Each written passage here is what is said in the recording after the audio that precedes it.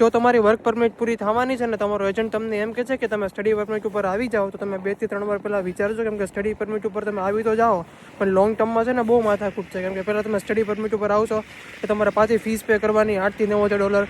તમે વર્ષનો કોર્સ લીધો તો તમે વર્ષ ખાલી લીગલી 24 કલાક જ કામ કરી શકશો અઠવાડિયે. ત્યારબાદ તમે પાછી વર્ક પરમિટ અપ્લાય કરો, એ પાછી ક્યારે આવે? તમારી લાઈફના 2 થી 3 વર્ષ તમારે એમનેમ વેસ્ટ થઈ જશે.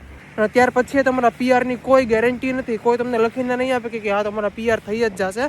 એની કરતાં તમે $8,000 થી $9,000 તમારા સેવ કરો, તમારું વર્ષ સેવ કરો, તમે ઇન્ડિયા પાછા જાઓ. તમારી પાસે અહીંયા 3 વર્ષનો એક્સપિરિયન્સ હોય ને નોક બીવા, ઇન્ડિયા જઈને તમે ખાલી 1 વર્ષ કામ કરશો ને તો તમારા પોઈન્ટ 38 પોઈન્ટ્સથી વધી જશે. આ વસ્તુ તમે CRS કેલ્ક્યુલેટર ઉપર જઈને ચેક કરી શકો છો, એકદમ લીગલ વસ્તુ છે. તો અહીંયા તમે ઓલરેડી સ્ટડી પરમિટ ઉપર આવ્યા, વર્ક પરમિટ ઉપર આવ્યા, અને ત્યાર પછી પાછી એની સાયકલ રિપીટ કરવા કરતાં છે ને ઇન્ડિયા જાઓ, તમારા પૈસા સેવ કરો, 6-7 લાખ રૂપિયા જેવું થાય તમે 1 વર્ષ સ્ટડી પરમિટમાં નાખો તો.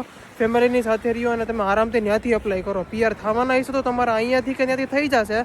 નહીં થવાના હોય ને તો તમે ગમે એ કરી લ્યો, નહીં જ થાય. તો આ વિડીયો શેર કરી દો તમારા જે ફ્રેન્ડને જે સ્ટડી પરમિટનું વિચારે છે, અને પેજને ફોલો કરી દેજો.